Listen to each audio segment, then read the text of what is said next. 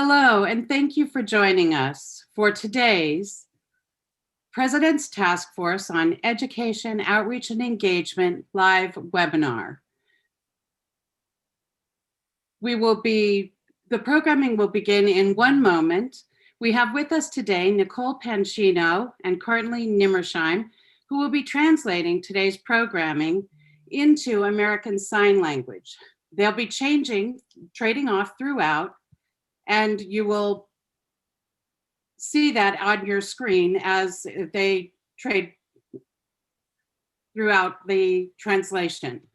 Now, without further ado, please let me introduce today's host, SAG-AFTRA President, Gabrielle Carteris. Hi, everybody. Thank you, Pam. Thank you. Welcome. Oh my God, we have a really special panel for you today. Today's topic actually is From Festival to Hulu, Everyone is Doing Great. So have you ever really wanted to learn more about shooting a low budget indie pilot to having your first season picked up by a major streaming platform? Yes. Well, today's guests have done just that, and it's going to be exciting to hear them. We're joined today with the creators and cast of Everyone is Doing Great, and it's going to be an inspiring conversation on how the new hit series that went from an independent pilot on the festival circuit to a crowd-funded series acquired for distribution on Hulu. How fabulous is that? Inspired by real experiences, their 8-episode series is a dark comedy about coming of age and the universally tricky transition to adulthood, which Decider.com proclaims to be a stealth exploration of male friendship. Everyone is Doing Great is currently streaming on Hulu. I saw it. It's really wonderful. I hope you can all enjoy it. Pace Magazine says the series is simple, charming, and entertaining. I've also learned that this series was actually built from the ground up via an Indiegogo campaign, with the first 2 episodes making its debut at the ATX Television Festival in Austin, Texas. Love hearing that. Before I go into too much further detail, though, I want to take a moment to say hello to our Executive Vice President, Rebecca Damon, who's with us today. Hi, Rebecca. Hi, Gabrielle. Excited for this. No, it's going to be really good. Today's moderator is Abby Stern, who's an actress, writer, and a SAG-AFTRA member. Yay. While auditioning, Abby began working as a freelance entertainment journalist. She has actually interviewed hundreds of actors, writers, directors, and producers. Her reporting has appeared in People and Entertainment Weekly, among other outlets.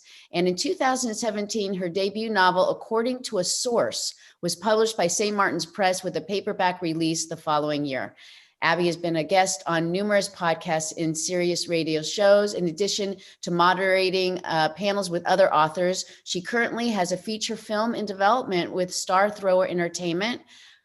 A lot going on, a Renaissance woman to say the least. Hi, Abby. We're thrilled to have you with us today. Thank you so much, Gabrielle. You're too kind.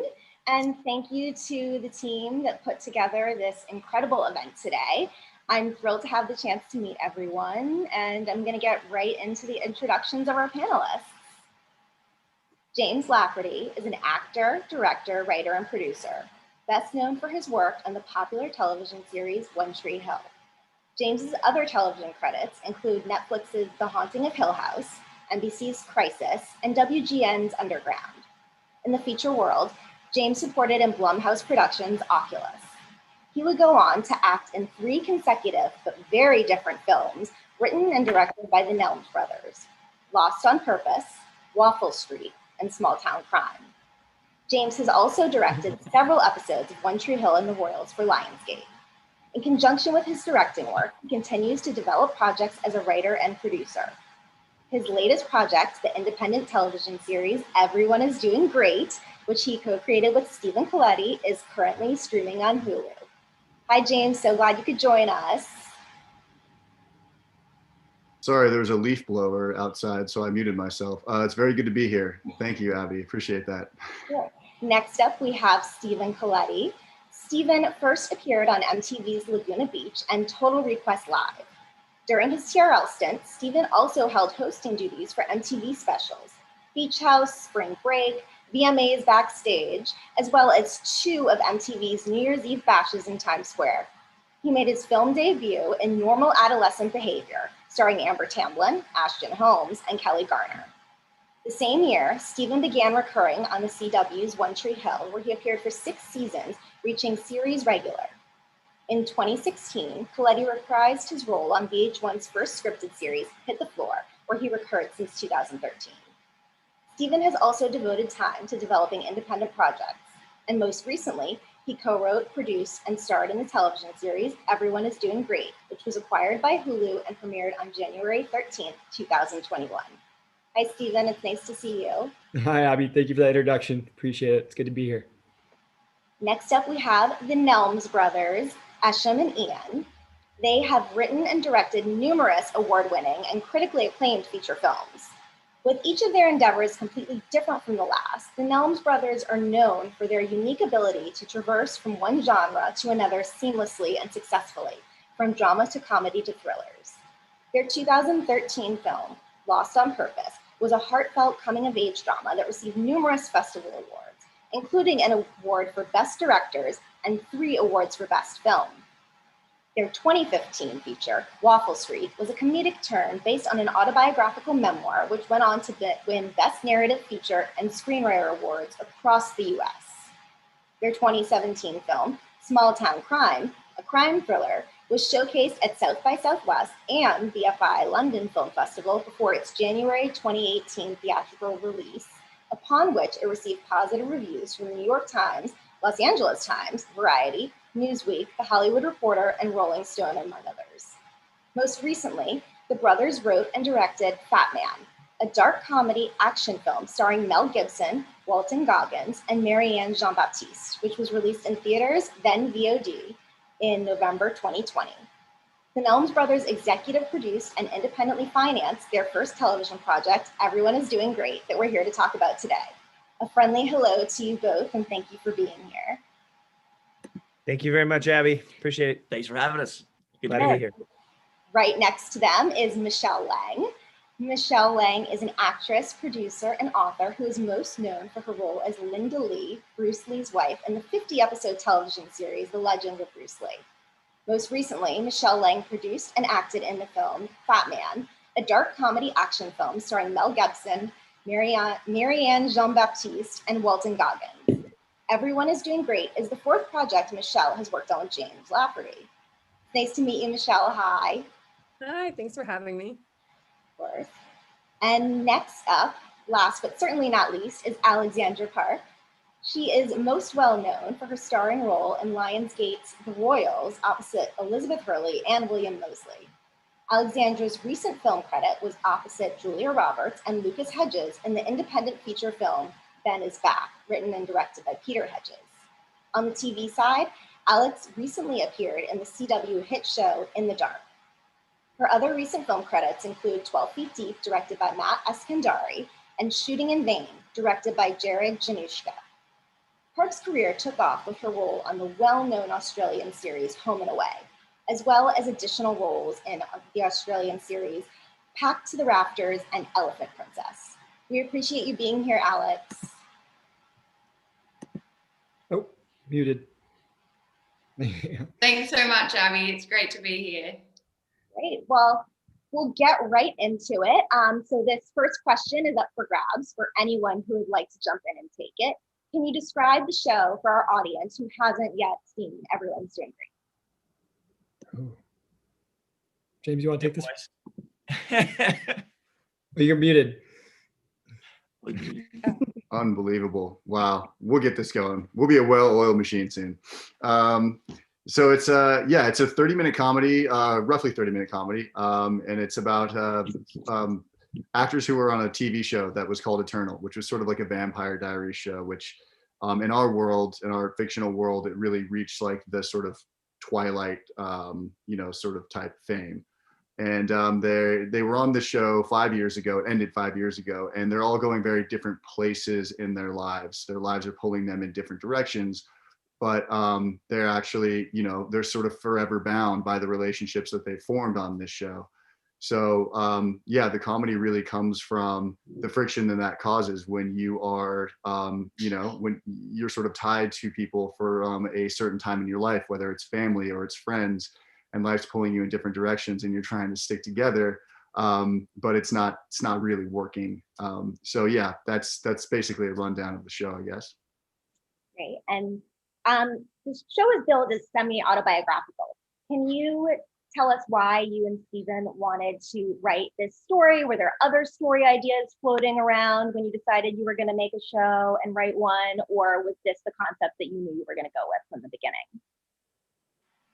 Yeah, I mean, this is where we jumped off from the beginning. It was when James first approached me about the show and talking about doing something in the comedy world that we're not used to doing. I think it was important for us to make sure we were writing something in the world that we knew very well, and so while you just felt like we were the guys for the job to do it in this capacity. And, we've had a lot of experience in, 15 years in the entertainment industry, some stories that, we would find funny and kind of laugh through some of the hard times together over the years. And we just kind of came together as what if we kind of organize these stories and put it into some characters and see how that would turn out. And we just felt like once we sat down and started writing it and fitting all the pieces together, that it came together nicely. And so, we're not comedians by trade over here. So we knew that some of these kind of nuanced moments in life and in experience and what you do with your career, I felt like we would be able to have a good, finger on the pulse of all that. And so that's kind of like why from the beginning, it was always like, we're going to set it in a world that we know very well. I know this show has been a real labor of love for you guys. You've worked on it for several years. Can you take us a bit through the process and the timeline from pilot to series and now being on Hulu? Yeah, so we started, let's see, I think we wrote our first draft of the pilot in somewhere like the spring of 2017 or early 2017. And then we sort of scraped together our own team, here that you see here, including Johnny Durango, who is our executive producer, and our DP, who is part of the Nelms brothers camp, and Na Nguyen, Alex came on, my brother Stuart Lafferty came on, and we really actually, I should let the Nelms brothers and Michelle speak to this, because at that point they were really instrumental in coming onto the project and saying, okay, this is how you get it done. This is how you get it from script to to set and actually shooting the thing, which we obviously will get into later. But from there, we sort of we shot the pilot, we edited the pilot, we shot the pilot around to different networks and streamers and whoever was out there at the time in 2017, and it was really tough. There really wasn't much of a template for selling a fully independent pilot, and I think people didn't quite know what to do with it. How to take ownership of it or what it was going to be. So at that point, we had our first season written, and we knew what kind of show we wanted to make. We knew that we could execute that show based off of what we did on the pilot. We started showing that pilot around at film festivals, and we're getting a really good response. So we decided the only way to go about this was probably going to be crowdfunding, which was scary and daunting, and we'd never done that before. And we knew it was going to be a lot of work, but we also knew that it was going to help us retain a lot of control over the show that we knew we wanted to make. We had a very specific vision, and we knew how we wanted to execute it. And so crowdfunding was going to allow us to make it the way that we wanted to make it. So we, basically started a crowdfunding campaign while we were taking the show around to festivals. We raised about 2/3 of our budget, and then got the final third from a private investor, Rote Trem, or one of our executive producers. And from there, we shot the show over the course of 35 days, episodes 2 through 8. Shot it all on one schedule, like an indie film. And then Stephen and I spent the next 8 to 10 months editing it. From there, I guess that takes us to about early 2020. In early 2020, we sort of on this Hail Mary pass through a connection through Stuart Lafferty, one of our producers, we got in touch with Endeavor Content, who decided that they saw something in our little show, in our little series, and shopped around that first 8 episodes for us, the first season for us. And by the time, I think it was early fall of 2020, Hulu swept in and saved the day for us and gave us a platform to release on. And here we are now. Wow, that's great. Michelle, you are an actor and producer with quite a bit of experience and a number of projects under your belt. I'm wondering if you could tell us a little bit about the experience of why you decided to go down the producing path and what it's like to be working with these other actor creators. Yeah, so originally I studied acting at Northwestern, moved to LA, and was doing a lot of that. And then in I don't know, 2010?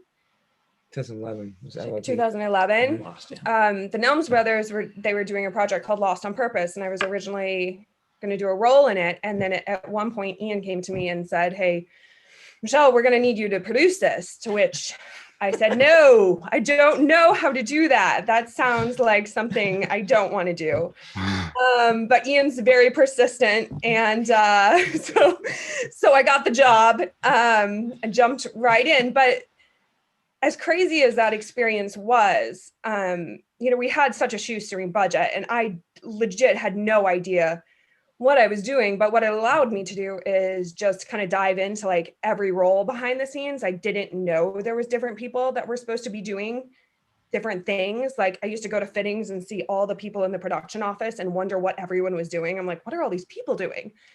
And then you realize you're like, oh, there's a lot of stuff that goes on to be able to show up on set as an actor and play that day. Like there's people who've been toiling over this for months to like set this one day up. I was liken it to planning a wedding, like planning a different wedding for like 35 days, except for, like the same caterer for every day. But like a lot of similarities there with transpo, parking. There's like a lot of logistical things that go into it. So it was a really crash course in learning how to produce. And I would recommend if anyone wants to produce, the best way to do it is just to dive in and really be a problem solver. I think that's a majority of my job, is just trying to solve problems and being willing to go the extra distance to research something that I don't know, to admit if there's something I don't know and say, I'll get back to you. I'm not sure. Let me check. There's no shame in any of that. And then from there, I produced Strangely in Love, which was a passion project for me as an actor. And that was just a cool skill set to have, to be able to take something that I wanted to get made acting wise. And then, I helped on Small Town Crime, and the Nelms with EDG, James came to them with the project, and I'd worked with James before on Lost on Purpose, on Waffle Street. So then I got hooked into this one. But it's a cool skill to know how to do as an actor, because you can really take a lot of time that you have maybe, or a project that you have, and be able to make it come to fruition. You don't have to ask for permission. You can make things happen yourself. And I think from those humble beginnings, like Michelle was so tenacious and just did such a splendid job, that now she, just recently produced Fat Man with us. So it's been a wonderful experience and collaboration. Awesome. Well, Ian and Eshom, James touched a little bit on how you guys came on and got involved and sort of gave them some guidelines and a template for how to get the show made. But can you tell us a little bit more about your involvement? And everyone's doing great. Yeah, I think it started with James coming to us and saying, "Hey, I got this idea for a TV show that I want to do with my friend Steven." And we hadn't met Steven at that point. And then once we got the two of them together, I mean, it was pretty obvious. I mean, we definitely believed in their talent, and their idea was so funny. We thought it was going to make a great TV show. And the method, they started pitching us like what they were after, the kind of feel of the show and what they were hoping to accomplish with it. And then we'd actually had a little bit of experience. We'd shot a few things in that style before, and we said, let's do a couple of exercises just to see if this is the feel you guys are after, that we think you're looking for. And we did a couple of like improv exercises just in our living room, and then over at James's place, we did another one. We did it again, and Johnny was there as well to shoot those. Thank God.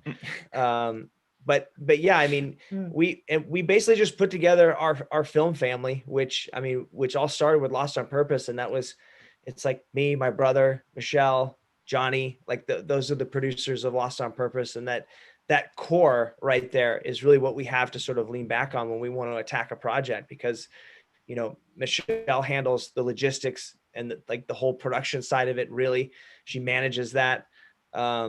my brother and I, when we're making a film, we're pretty much front of the house, and I mean, Johnny's got the rest covered. So it's it's a great merriment between all of us. Well, and there was something with this show too, because I remember James said it was, it's going to be scrappy, and if there's anything we know how to just like, okay, scrappy, independent, like, yeah, we can do that. Like, let's get rock and rolling. So, I mean, what's a real testament to these guys is like, we shot that test footage that first night, and then they went home and edited it, which was amazing. I mean, I don't even know if they'd edited anything before that, because we were like, oh, you guys, you should edit this yourself. And they jumped in with both feet and, learned an editing program. Have you guys edited before that?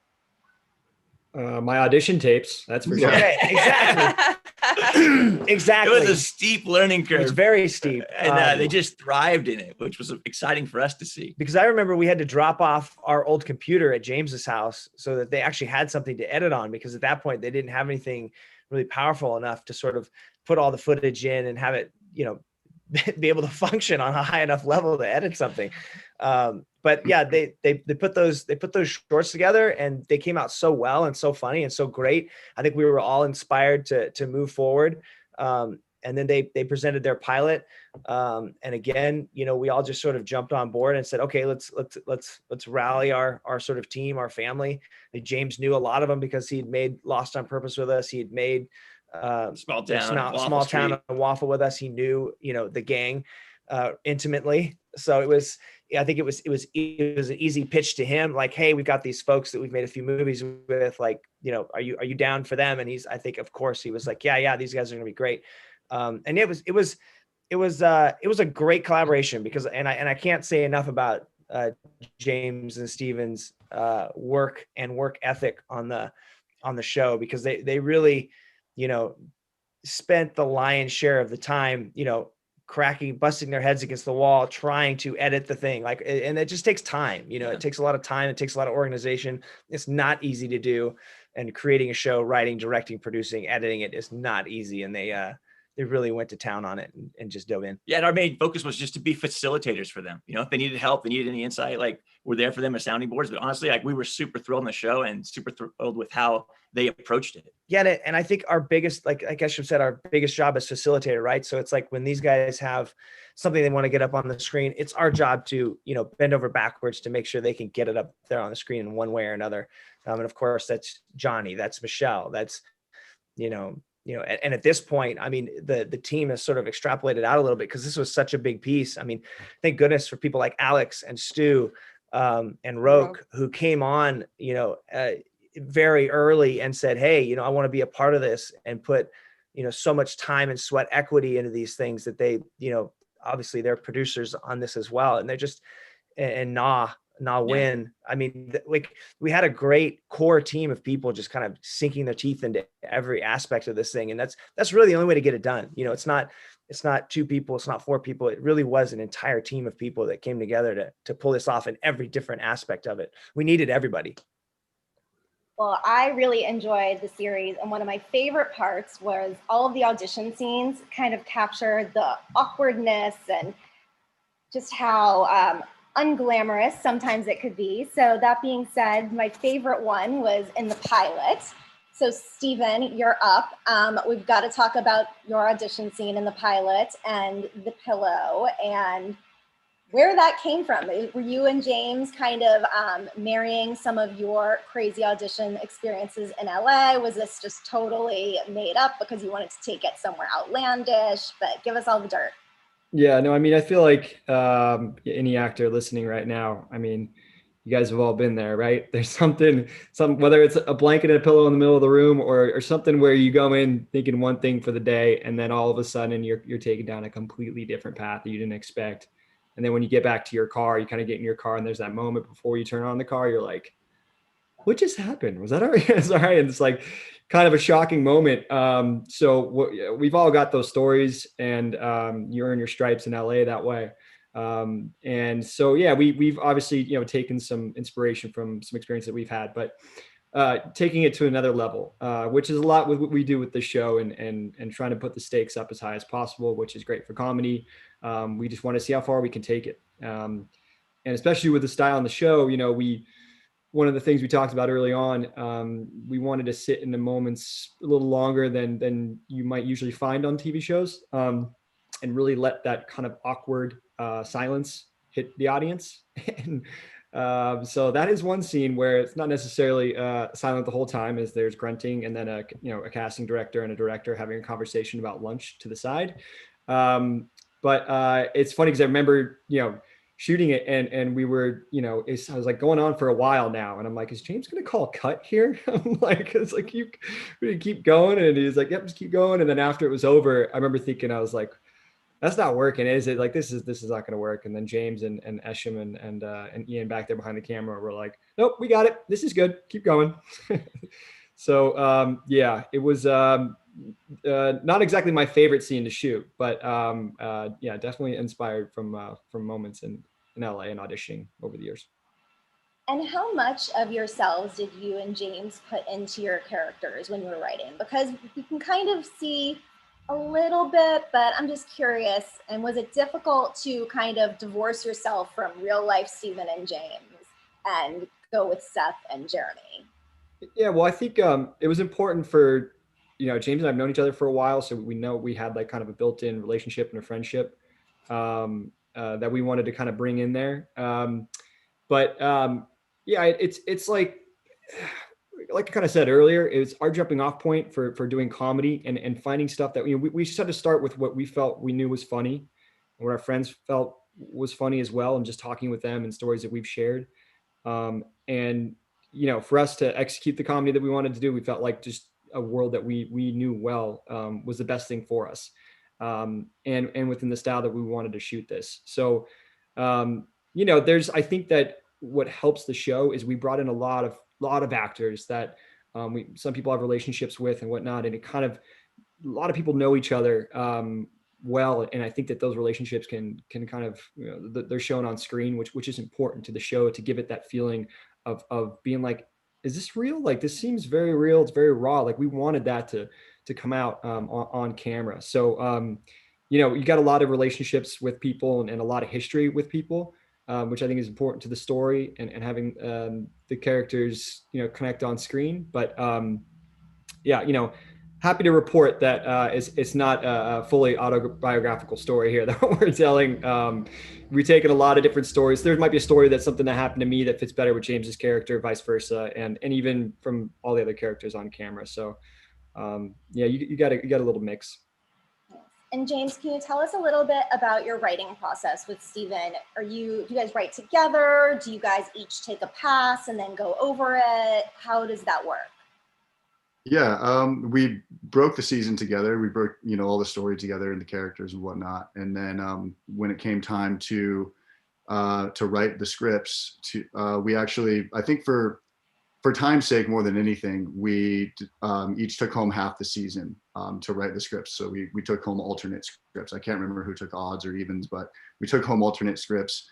We worked on them. When we would be finished with one, we would send it to the other person, and and then sort of they would make their notes on it, do a pass, and we come together on each script and get it to a place where we're both really happy with it. And I think that was actually, I'm glad that I think we did that for time, but also I think it was a really nice way to work. I think some people can write as a team, like literally sitting there staring at the computer together, writing every single word together. I don't know. I think that would have been a really time-consuming process for us, but also I think it really helped us get our heads into the story quicker and helped us commit a lot more individually to be able to have our own scripts and craft the little world of that script ourselves first, and then work on it with the other person. And then, it also helped us, I think by the time we were finished writing the season, our scripts were starting to look like each other's, like from the beginning, because we had really hit that stride, because we knew what each script was supposed to look like. So yeah, I think it was a really cool way to do it. And I think that's how we do it again if we got the chance. Alex, you are a co-producer on this show as well as an actor. I'm wondering if you brought any ideas for Andrea's arc to James and Stephen, and also if you felt like this was a more fulfilling experience having more of a hand in it as a co-producer in addition to being an actor than maybe some of your previous jobs. Absolutely, it was entirely fulfilling. I've never, ever had an experience like stepping in as a co-producer, and it's just entirely different in so many different ways. As an actor, which is all I've done in this industry, you arrive, you have your scenes, and that's your contribution. That's all you have to worry about, and it's kind of all you really care about as well, because you're not sort of led into all the other avenues involved in the process of making this whole production. And so being a producer, even just as a beginner producer, I guess is what you would call me, it was incredible because I was able to learn from Michelle and Ian and Eshom, James and Stephen, like really what is involved, be it creatively or just physically on set. Like, is it hot in the room? What do we need? If we got this, who have we, like I was kind of just so eager to learn from these guys who have done this, and I've looked up to them and admired, all of their careers together, their film family, and to be kind of invited into that to learn, it creates a kind of a care and a love for the project that far sort of trumps the just being an actor, because you're instead of just worrying about your scenes, you've got a million other things you're worrying about, and you want to make sure that you're really part of a team. Is like a camaraderie, and even at my small level, it was just you really feel like you're part of it, and you're seeing this whole thing come together in this like a forming sort of shape, and it's just incredible. And it's I loved it. And in terms of Andrea, I mean, James and Stephen basically came with Andrea in mind for me, I guess, and then and Andrea was sort of, I loved Andrea. I was like, yeah, I'm down. That's a great character. I can do something with that. And then I think creatively, I was able to sort of,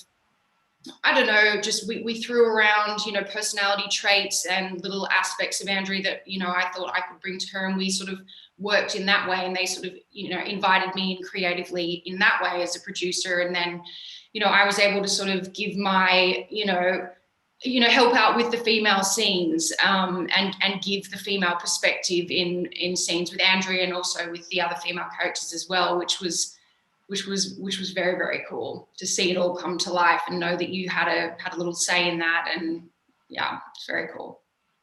We touched on editing a little bit earlier, but editing is something that I think can be really intimidating for actors that haven't done it before but want to do their own projects. So James and Stephen, were there any challenges aside from technically, but story-wise, that you guys had going in as first-time editors? And were the technical challenges things that you felt like, okay, if I just Google this, I can figure this out? Or was it a little more involved than you'd anticipated? Yeah, it was a lot more involved than we anticipated. But I think not in a way that we didn't feel like we could tackle. First of all, having, technology is incredible these days. There's so many things that you can do with your computer and Premiere Pro that would have taken 30 people to do 20 years ago. We also had the Nelms brothers who have edited their films before and have learned a lot along the way, and are, incredibly experienced, but and also experienced in a way where they taught themselves a lot of things. So we would go to them with questions, and they would know the answers to some questions, but they also knew that we kind of had to hack our way through it in order to actually learn this stuff. We would never learn it if they were just going to do it for us. So they were really good about sort of pointing us in the right direction to resources online or people that we could talk to sort of help us out, help us figure it out. But a lot of it was just getting in there and having to do it wrong 6 or 7 times before we finally got it right. But once you get it right, you've learned how to get it right, and it sticks, and you're armed with that for the rest of the process. So yeah, on the technical side of things, it's a massive challenge. But I will say, if you're out there and you want to edit your project, or you don't have the resources to hire an editor, so you need to edit your project, I'd say don't be afraid of doing that, because it is possible and you do get better as you go. And it actually becomes, once you sort of hit your stride, it becomes an incredibly enjoyable process. It becomes a little bit like, like painting for gold. It's really, really exciting when you find that gold, when you find that treasure, which so often happens in the edit. And just to touch on that as well, the resources online. I mean, shout out to all the people that make YouTube videos about editing online, because James and I have poured through them all in every corner of the internet, learning about the editing process. We tried not to bother the Nelms brothers as often as I wish we could have, because my default was like, can we just call Ian and Esh? And James was like, let's probably try to work this out on our own. Let's be selective when we bug these guys. We're hassling them already enough as it is. But thankfully, yeah, there's a lot of resources online where you basically, you can go to school through that. But it does take, and I think the one thing I learned from editing going into it was that it takes time. There's no shortcuts. You need to try things. You need to work through things. You need to fail. You need to start again. And eventually, it's truly one of those things where the more time you think you put into it, the better off you are. Not to say that sometimes your first instincts are correct in there, but just the trying different things and working, just kind of different avenues within scenes, I think is really beneficial to editing process. You guys shot all over LA, and then you shot in North Carolina, and a lot of your locations are outdoors. So can you tell us how you guys managed to do that on such a small independent television budget? That sounds like a Michelle Lang question. I was just thinking the same thing. I'm gonna dive in. Well, I think early in the process, when Ian and Esh said, hey, here's the idea, I met with James and Stephen, and one of the first things we did is go through the script. And I asked them a lot of questions on logistics about, like, what do you have access to? What locations do we have friends who we can get into? Because when you're shooting with a low budget, instead of thinking of, oh, I wish I could have this, I wish I could have this, it's like, and James and Stephen had already done this, to their credit. It's like, what assets do I have and how can I make those work within the story creatively? And oftentimes sort of setting a parameter like that can kind of breed some creativity. So with some of these locations that we went to were places that James and Stephen were going to be in Wilmington anyway, right? Like you guys were going for something. So we scheduled it around something they were going to go do for a One Tree Hill conference. And then we got a local producer there who helped find just a skeleton crew there. And we did it legit, like we did it, the right way through those channels, but we did a really small crew on those days. And then with the Redwoods day, we took a very small skeleton crew out for that day. So you can kind of branch off. The rest of it, we cross-boarded and block shot. So we did all from episode 2 to episode 8.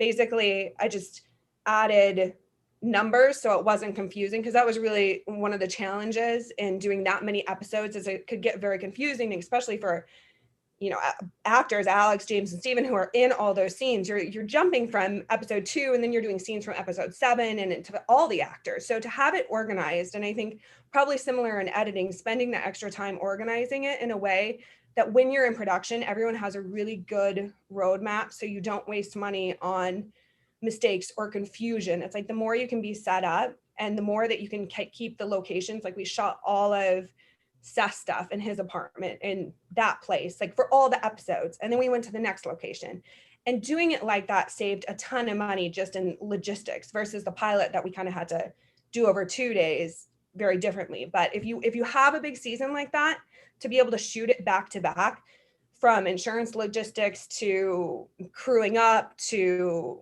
all the different aspects, if you can do it in that block, like that's the only way we got this done. Yeah. Did you have something? No. Oh. Mm-hmm. And for our free actors, well, you as well, Michelle, but that are also producers on this project, did you find that it was challenging to just focus on your scenes when you had so much going on in your head? And James and Stephen, were you thinking, oh, like, I want to edit a shot like this? And James, you had the task of directing 7 of the episodes, and Stephen, you did 1. Can you talk a little bit about wearing so many hats, and also which was your favorite role in this project? Yeah, it can be a little overwhelming, I think. I think Stephen and I had a really, we were really fortunate to have a long incubation time to think about the story, which was really helpful. The fact that it was almost a year from the time that we shot the pilot to the time that we shot the first season, or maybe it was a little more than a year. It really gave us a lot of time to think through each of these episodes, to think through how the scenes connect from one to the other, how the episodes connect.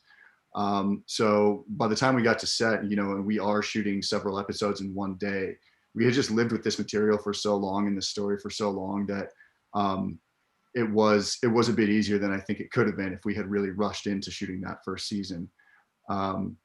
But it is definitely a challenge to put yourself in the emotional place that the character is supposed to be, when you're thinking about whether or not there's enough coffee at craft service for everybody to get through the day, you know what I mean? Or like whether you're thinking about the fact that you just forgot your director's script in the bathroom at the park at the last location. Like these are things that happen, and you kind of have to tune them out for a bit in order to do your job, while the camera's rolling, and that can be challenging. Yeah, it's not a smooth process. A lot of growing pains throughout, but thankfully, this is why you bring together people that you believe in and people that are hard workers, leave an ego at the door. And I mean, that's our whole producing team. And, I think that everyone contributing, coming in and understanding maybe when, James I still don't understand how James directed 7 episodes and acted in, majority of the scenes. In the style that we were doing this, it was absolutely insane. Speaking from, experience of doing 1 episode, the fact that he did it for all the days that he did was incredible. But, it was our team around us did a great job of stepping in and, they would come to us with stuff. And if we needed to answer a question, we'd try to offer it. But if not, I mean, they, have the experience and the leadership enough to, take the bull by the horns and figure out the problem solving on itself. And that's everyone, Stuart Lafferty, Alex, and the Nelms brothers and Michelle as well. They would, everyone came in and stepped up in different areas. And I think that was really instrumental in getting this thing done and having it be presentable. Was that everyone, saw that there's an opportunity to take on a leadership role in different times, and just attacked it, and whether it was putting out a fire or preventing a fire. The people around us did a really good job of handling that, and it made our lives a lot easier. And I'm happy to. Oh, sorry, Michelle. Yeah. Well, I would like to mention that also, like Johnny Durango, has shot several projects with you, James, and I think that was a nice comforting feeling to have him behind the camera. 100%. Yeah. And so like what Stephen was saying, like, the fact that, like, I guess if we're going to give advice to anybody who is an actor who is thinking about stepping behind the camera, having those people there as a safety net is so imperative, because, you'll never know how to do all these different jobs. Right. And somebody like Johnny Durango, who is our director of photography, but also our executive producer, thankfully he's, incredibly invested in the project and believes in the project. And I'd had the good fortune to work with him before. So he knew ahead of time if I was going to miss something, right? Or he knew when to make a suggestion when there needed to be a suggestion. And he knew how to collaborate, right? And I think that's really what you need if you're going to step on both sides of the camera at the same time, is you need a team of people like that around you, who you trust and who trust you, and trust them, to collaborate with them, and understand that they're here to help you, and that this is, this whole thing can be a lot stronger when everybody is there to make sure that you don't fail. You know what I mean? And they're there for the good of the project. And because inevitably you will miss things. There's too many things going on a set at any given time for you to be 100% focused on what you're supposed to be doing in front of the camera, and also be everywhere else at the same time. You need help for that. And that team, I'm just so thankful to have, the team that we had on this project. And also just want to say that we started out with a producing team who we kind of first met with Johnny Durango, an EP, and Michelle Lang and the Nelms brothers right there, James and I. And then over the course of getting this project started, like the contributions from Na, Wynn, Alex Park, and Stuart Lafferty, they basically earn themselves spots as producing. And whether the Nelms brothers and Michelle Lane came to us and said, hey, I think we should bump up Stu, we should bump up Alex. Like, they've been doing a really good job. And we're like, yeah, I mean, we would love to do that. And I felt like, rewarding people in that sense, that are going above and beyond, and making them feel more part of the project. So even extra motivated to go out there and work that extra hour and put out that extra fire, what was important. And so we're grateful for, that was something that I felt like I learned from you guys, Nelms brothers and Michelle, that it was, taking care of the people along the way that are invested, because, they are, going to be instrumental through the whole process.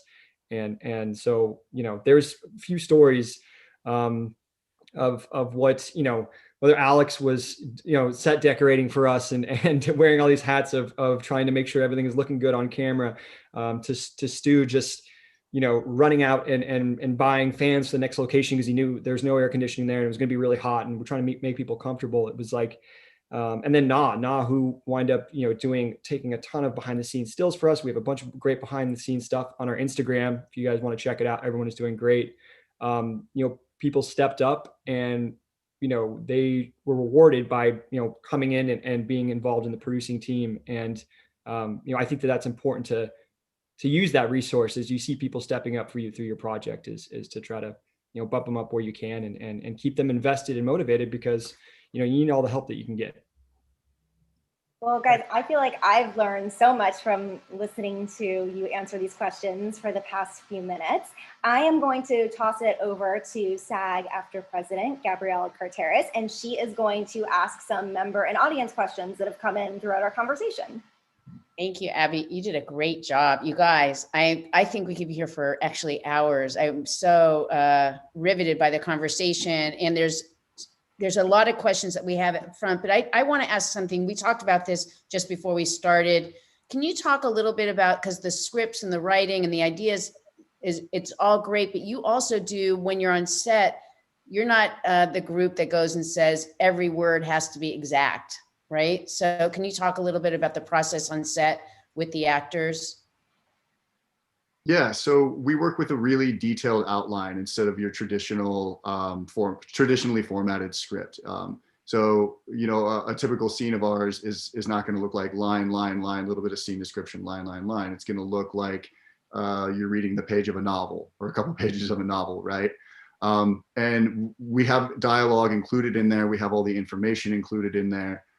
We have some, the jokes or the humor that we need in there. We have the general arc of the scene. But what we really wanted was for an actor to be able to sit down and read the scene and be able to know what they need to say for the most part, but also just get a general feel for how it's supposed to, the vibe of the scene, for how it's supposed to feel, because that to us was more important for us to arm the actor with, as opposed to just words. And what that did, we thought that was part of the process, was it got them to set and got them comfortable with what the scene was supposed to feel like. And then they were really able to bring a lot of themselves to fill in some of the blanks that might have been there on the page dialogue wise. It allowed them to really find the scene in a natural way. And I think, that's what we wanted to get in the edit. What we wanted to get in the edit was two actors trying to figure it out, right? Two actors genuinely listening to each other and being totally plugged into each other because they don't 100% know what word is going to be said next. How does that work? Because when you talk about the editing, and editing is, I think, makes or breaks a project. There's a lot of things they do, but editing is really important. And the idea that you guys just kind of jumped into it, but how is the continuity when you're doing improving scenes like that? You have some structure, but you're improving. So how is that in the editing process? Does that make it more complicated, or does it not matter? Yeah, definitely. It makes it more complicated for sure. We were fighting, a lot of things at different moments, trying to piece things together. But it wasn't too big of a task, because ultimately, back to that kind of original goal of making it feel raw and real, like how people talk, they're speaking over each other a little bit. We wanted that to come out. We were happy that it worked. But yeah, definitely it made for some headaches in some scenes. But overall, thankfully, we we like the result of how it feels when you're watching it. Yeah, you can definitely feel it's raw and it's good. I love it. The whole feeling of the relationships and the way you Technically, just a little aside on that is we did shoot 2 cameras, which I think was probably very helpful in capturing. I don't know, you guys can speak to it in the editing room, but Yeah. you know, you could improv those scenes and just, you know, I would talk to actors when they'd get done. They're like, "Oh, that was so much fun. It was so freeing." You know, so instead of just having one camera go back and forth, if some actor, if a character did something unusual in one of the takes, you got that reaction on the other side, which is, I think, if you're going to do an improv type show, that's I would recommend it just from watching what James and Stephen were able to get out of the 2 cameras. Yeah, and I feel like just to piggyback onto that, sorry, in the process, because I know that when it was very rehearsed in that they had a space to move in. It was also very freeing because they knew the space they had to move in. But like Michelle's saying, they had 2 cameras. It was very well choreographed and worked out. You know what I mean? Like they would work it out, they would run it, and then they would, okay, this is our play space, go, so that you don't step outside your boundary, you don't step outside a camera frame or a line or you know what I mean? So it wasn't all at the same time, but I mean, we got some incredible performances out of everybody that were, you know, I don't know, very improvistic. Well, it's great having 2 cameras. You're right. I mean, spontaneity of that that's so freeing. So I have so many questions regarding that, but I know Rebecca, you had some questions as well. So we'll just go back and forth, you guys. I have so many member questions that like it's hard to do this. There was one that had to do, and you know, I know Stephen, you'd mentioned this at one point about the process of like, you know, indie films and this sort of format and how it's sort of at a dawn of time for doing this. People are curious about the kind of film festivals that you guys selected, the whole process of what this is, because, you know, this is very much like the original indie movement that caught on and became so creative. So this is exciting, I think, for people to hear about. So talk about the film festival process and also where this kind of, I mean, you talked about Hulu a little bit and how the luck of that, but people really want you to dig into those details. Yeah, I mean, thankfully, you know, there's TV festivals that are popping up more and more, and I wasn't aware of a few of them beforehand. But James, you know, you'd done ATX TV festival, which has been around for almost 10 years now, which is a great festival.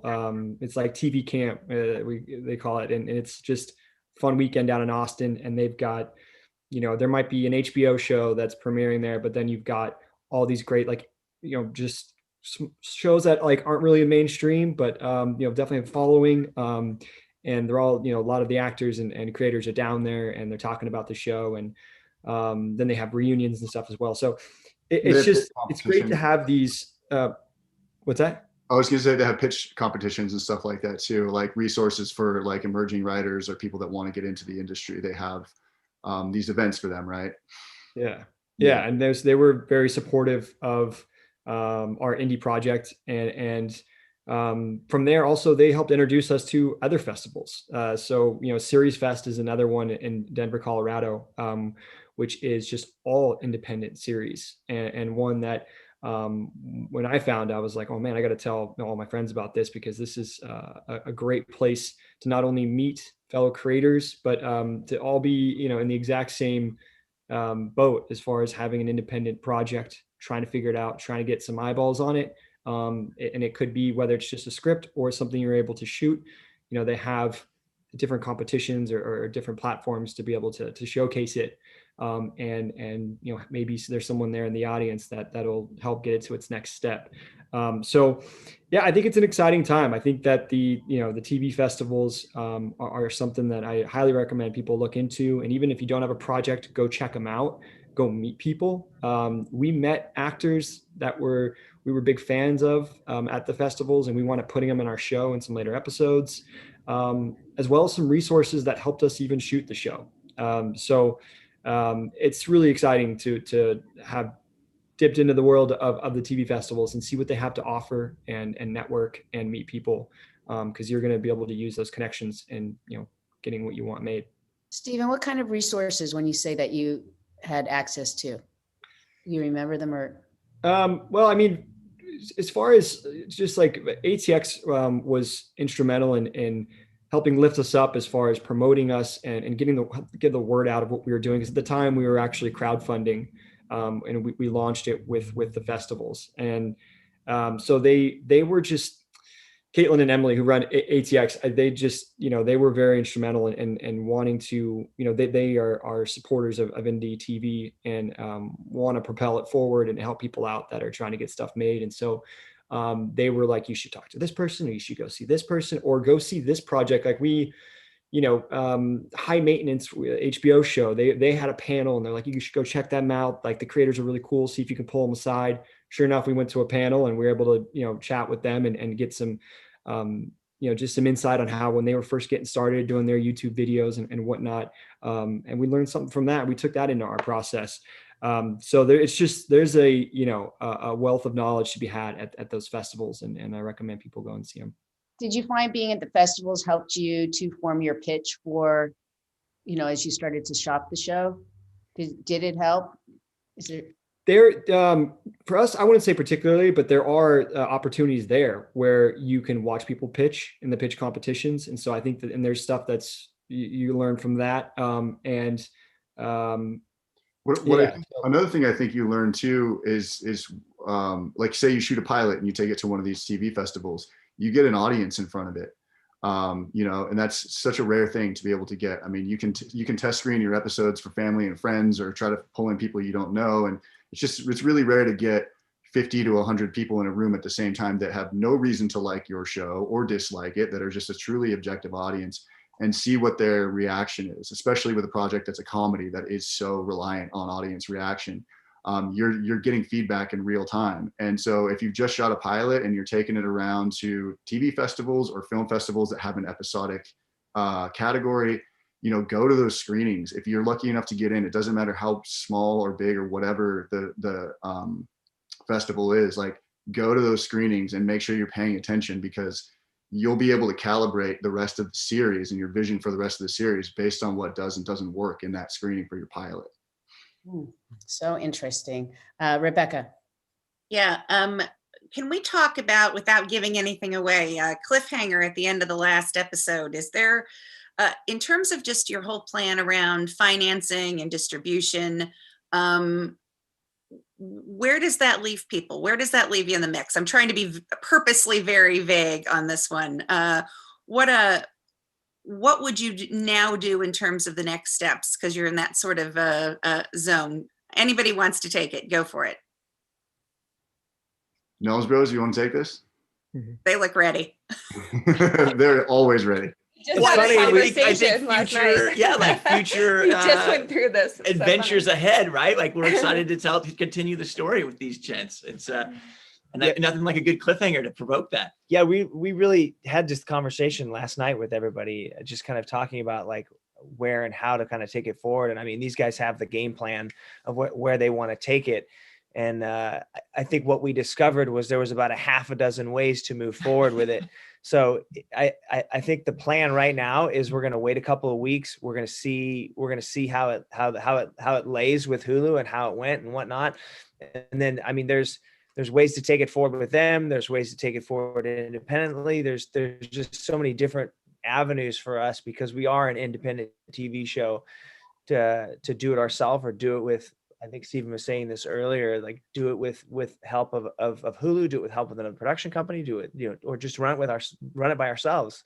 It's exciting. It's exciting to be able to go out and make these independently. Yeah. When you're talking about it, it's amazing to think about all the options. I'm always struck by the fact that, 35 years ago when I started in the business, and I say this all the time, there's only 3 networks. And then there was this thing called Fox that was going to be the baby 4th network, right? And suddenly, when you're talking about, we're looking at all of our options, and you're not saying it's based on the 3 studios, and if they want us, you're saying, well, we could be here, but there's other platforms and places to go. It's kind of like, it's inspiring to know that you're not beholden to an archaic way of the industry used to be, that you actually have options. It sounds more self-empowering. That's what it is.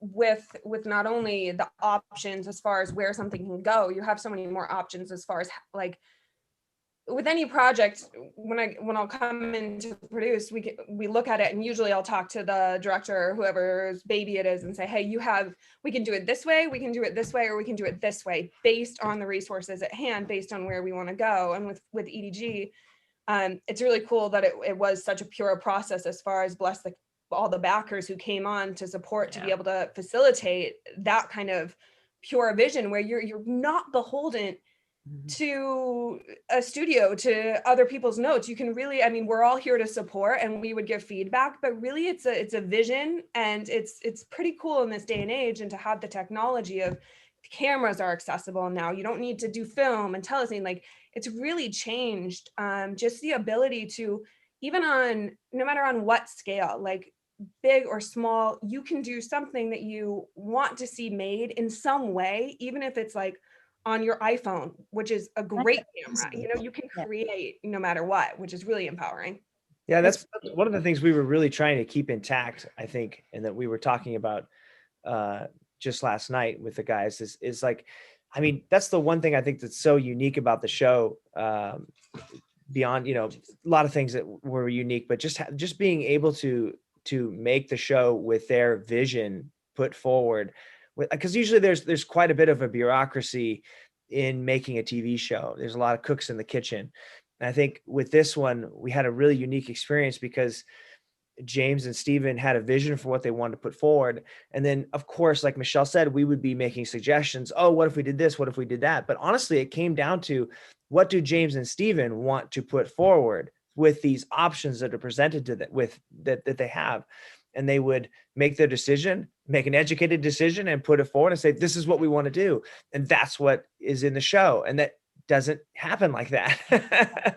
I mean, it's exciting to listen to it, because to be able to be fully creative and to be able to, again, I guess, have some feeling of self-determination in a place, in an industry where there's not a lot of that, is really, it's wonderful. And it's usually not the actors who are getting that, or the creators, right? There's so many people who start to put their fingers in. So this has been really so wonderful. I cannot tell you how grateful we are that you are here. I said this before we started. You are an inspiration during challenging times, to be able to see that, yes, we're moving forward. Yes, there's things that you can create. Your stories can be told. Thank you for the discussion. Thank you for giving us insight. I appreciate everybody who's joined our live stream event. It's wonderful having you with us. Please, that the fact that you could even make time in your schedules to be here with us today in this streaming universe is wonderful. So on behalf of the team here at SAG-AFTRA, we want to say thank you for all taking time to be here. It's been a pleasure. And special thanks again to all of you for being with us and joining in the President's Task Force on Education Outreach and Engagement. If you haven't already, please, while you're here, subscribe to SAG-AFTRA's YouTube channel, get updates on the great content that's being posted by members and people in the industry, just like we have here today, and have a beautiful day, everybody. Thanks.